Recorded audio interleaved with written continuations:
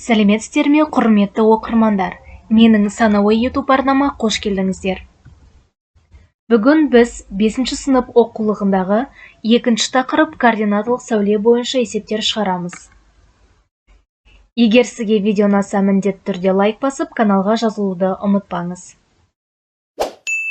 Ал енді сабақты бастайық. Берілген тақырып бойынша есептерді шығара алу үшін нені білу керек? Бірлік кесінді, сандық сәуле немесе координаталық сәуле, нүктенің координатасы. 14-ші есеп, бірінші жағдай.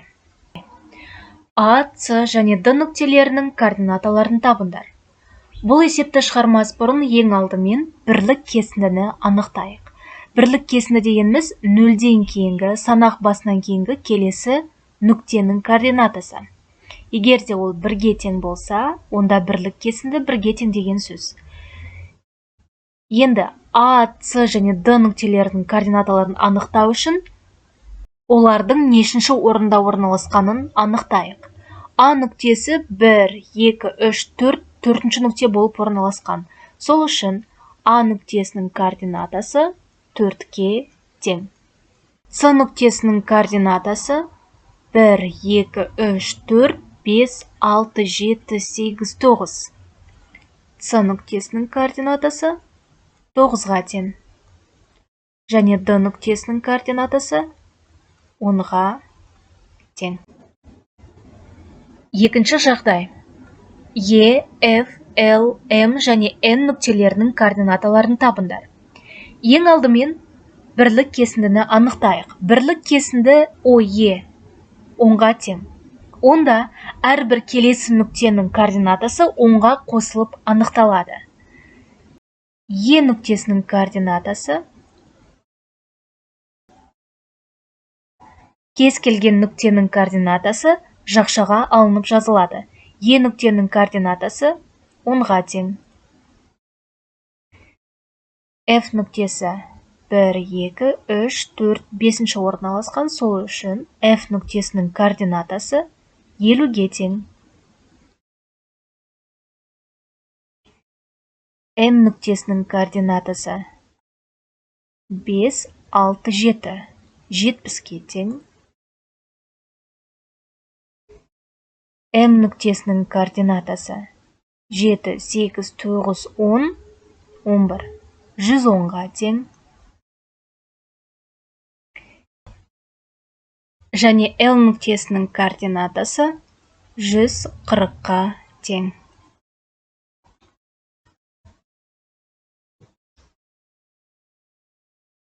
Он бесінші есеп, бірінші жағдай. Координаталар басынан П, С, Т және Q нүктелеріне дейінгі қашықтық неге тең? Есептің шешімі шартты дұрыс ұққаннан басталады. Яғни бұл есепте нені түсініп алуымыз керек? Координаталар басынан, яғни О нүктесінен П-ға дейін, одан С-ға дейін, одан Т-ға дейін және одан Q-ға дейінгі қашықтықтарды анықтау керекпіз. Қашықтықты табу үшін біз соңғы нүктенің координатасынан азайтамыз бірінші нүктенің координатасын. С нүктесінің координатасы 40-қа тең, және С бізде 4-ші орналасқан. Онда П нүктесінің координатасы 10-ға тең болатыны анық. ОП нүктесінің қашықтығын тауып алу үшін біз 10-нан азайтамыз, яғни 0, тең 10-ға. ОС нүктелерінің қашықтығы 40-қа тең. 40 азайту 0, тең 40. Т нүктесінің координатасы 50 және Q нүктесінің координатасы 5, 6, 7, 8, 9, 10, 11, 110. 110.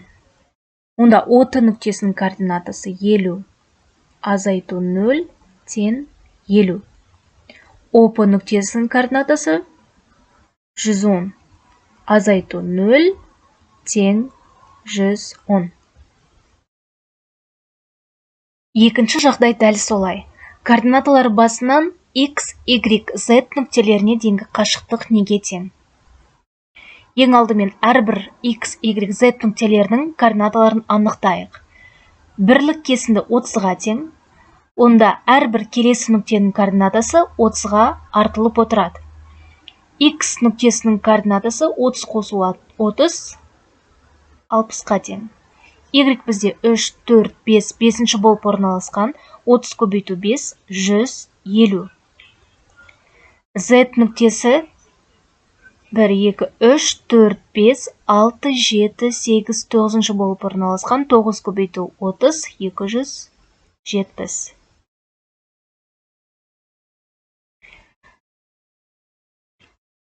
OX нүктелерінің қашықтығы 60 азайту 0 тең 60.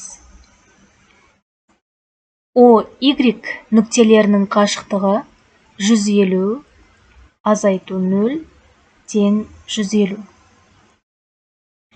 Және OZ нүктелерінің қашықтығы 270 азайту 0 тең 270.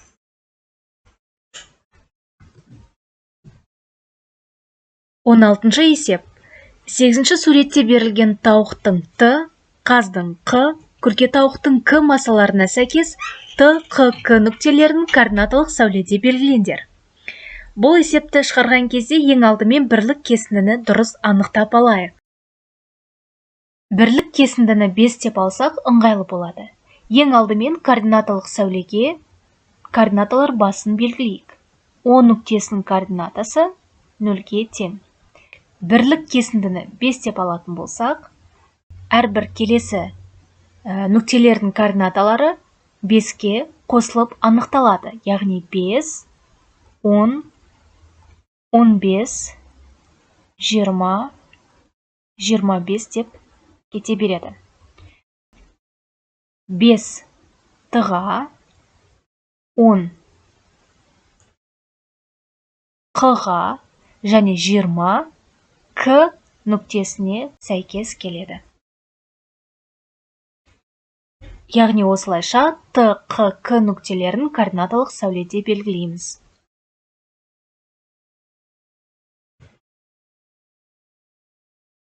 Екінші жағдай.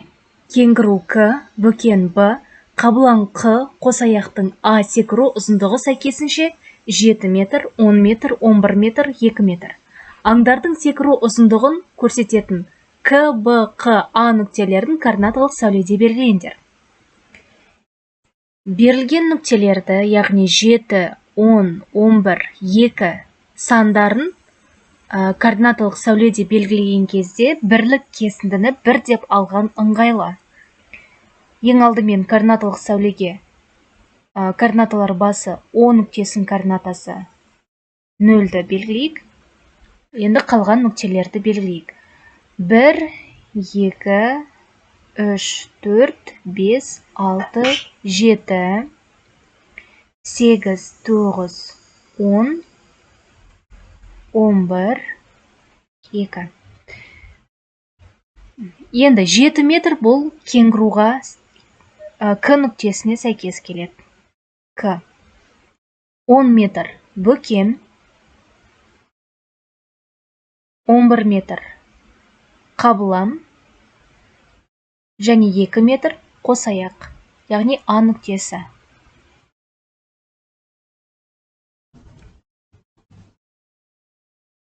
Он жетінші есеп.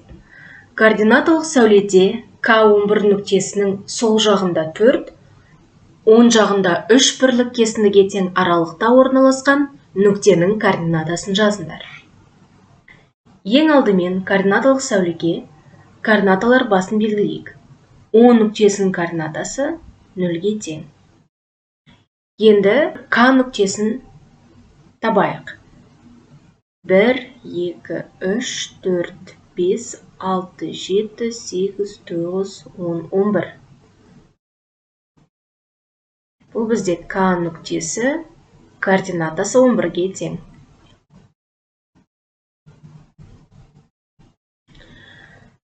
Енді бұл К нүктесінің сол жағында 4 бірлік кесіндіге тең аралықта орналасқан нүктенің координатасын табайық.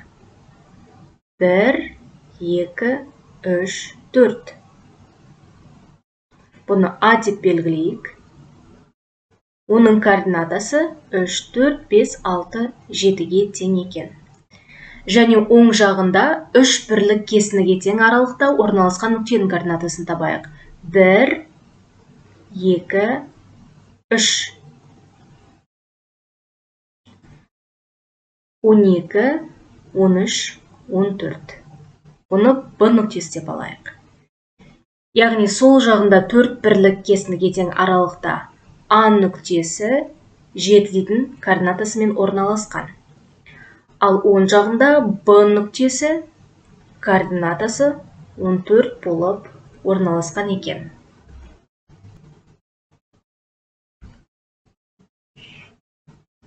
18-ші есеп. 9-шы суретте берілген М, Н, С, К, П нүктелерінің координаталарын жазыңдар. Сурет бойынша ең алдымен бірлік кесіндіні анықтаймыз. 1, 2, 3, 4, 5, 6. 6-шы нүкте координатасы 600-ге тең. Онда бірінші нүктенің, яғни бірлік кесіндісі 100-ге тең деген сөз. Енді қалған нүктелердің координатасын табу оп-оңай. М нүктесі екінші болып орналасқан, онда координатасы 200-ге тең. Н нүктесі үшінші болып орналасқан, координатасы 300-ге тең. С-тің координатасы 5-ші болып орналасқандықтан 500-ге тең. К нүктесінің координатасы 700-ге тең. Және П нүктесінің координатасы 7, 8, 9, 10, 11. 1100-ге тең.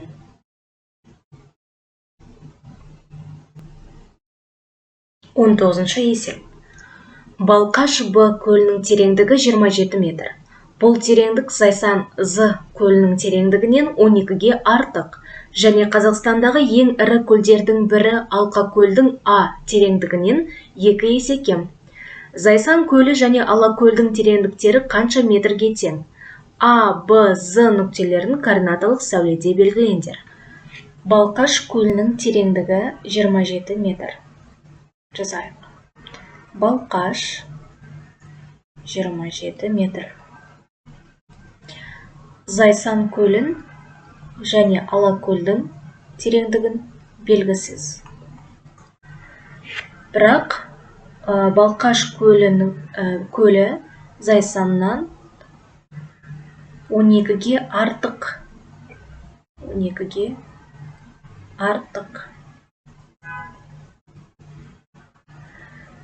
Және Балқаш көлі Алакөлден 2 есе кем.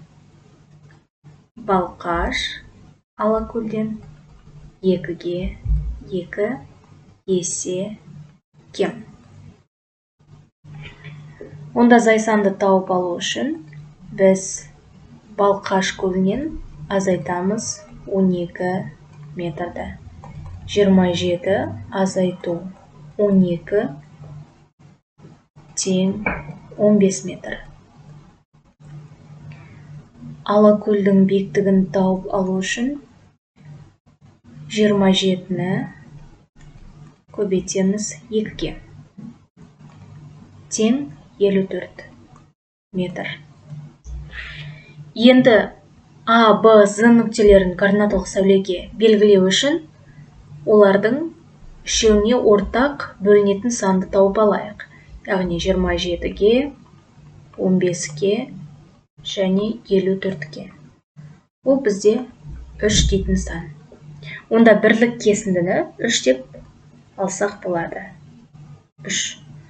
Координаталар басы 0 нүктесі. Ең алдымен 15-ті белгілейік. 15 ол бізде 5-ші орында орналасқан. 1, 2, 3, 4, 5. Бұл бізде 15 дейтін Зайсан көлі. З нүктесінің координатасы. Келесі 27. 27 ол 9-шы орында. 5, 6, 7, 8, 9. 27 дегеніміз балқаш.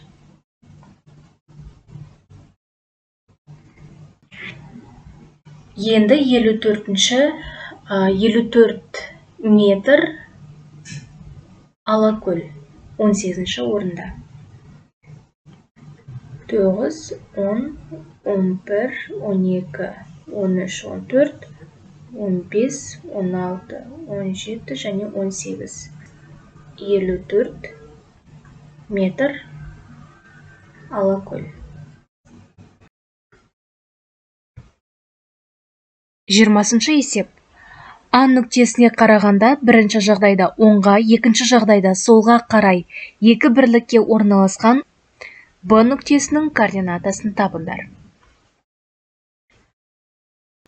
Жалпы координаталық сәуле солдан оңға қарай байқасаңыздар өспелі болып келеді. Өспелі. Сол үшін бірінші жағдайда Б нүктесінің координатасын тапқан кезде, яғни оңға екі бірлікке орналасқан Б нүктесінің координатасы А қосу 2 деп жазаламыз. Ал екінші жағдайда солға қарай екі бірлікке орналасқан Б нүктесінің координатасы А азайту 2 болады.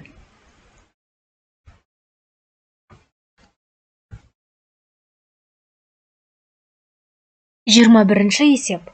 А тең 2, А тең 40, А тең 300 болса, онда Б және С әріптерімен белгіленген сандарды табыңдар.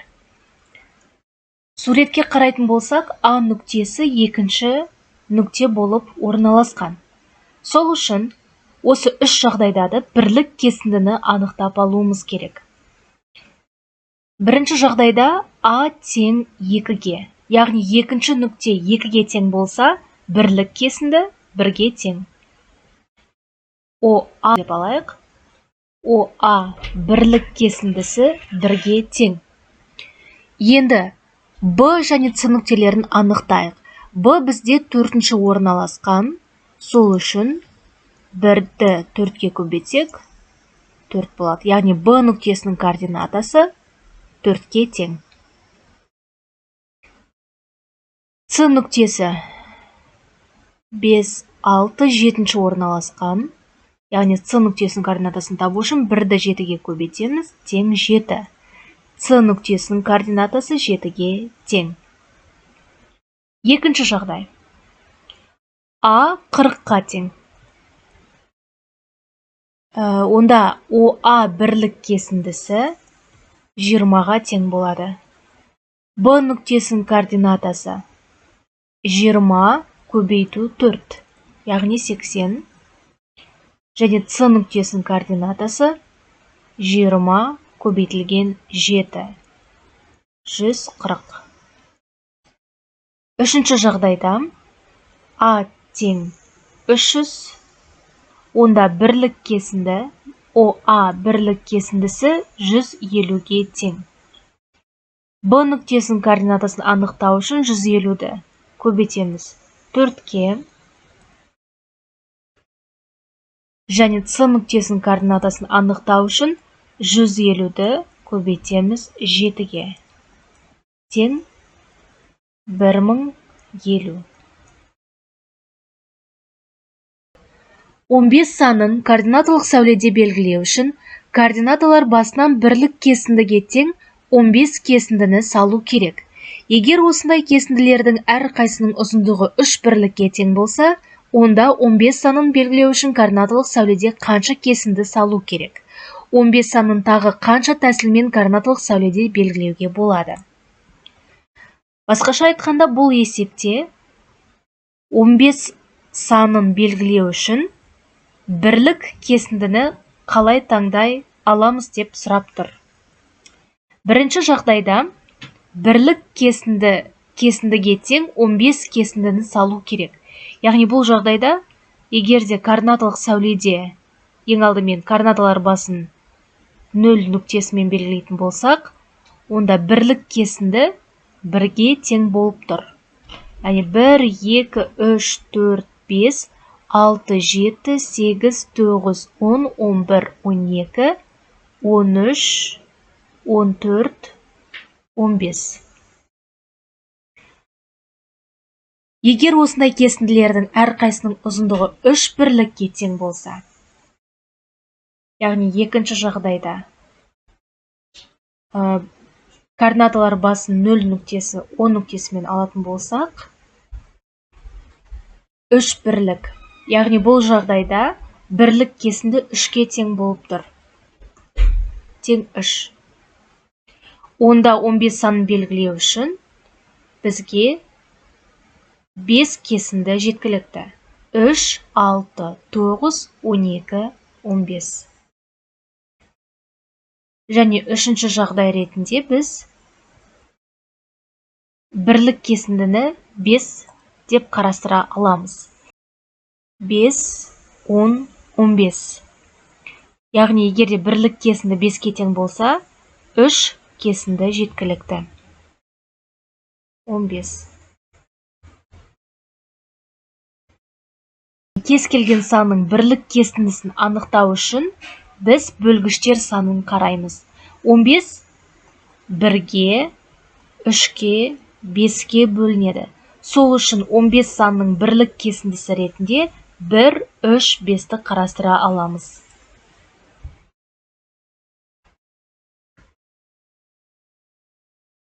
Егер сізге видео ұнаса, міндетті түрде лайк басып, каналға жазылуды ұмытпаңыздар. Келесі кездескенше.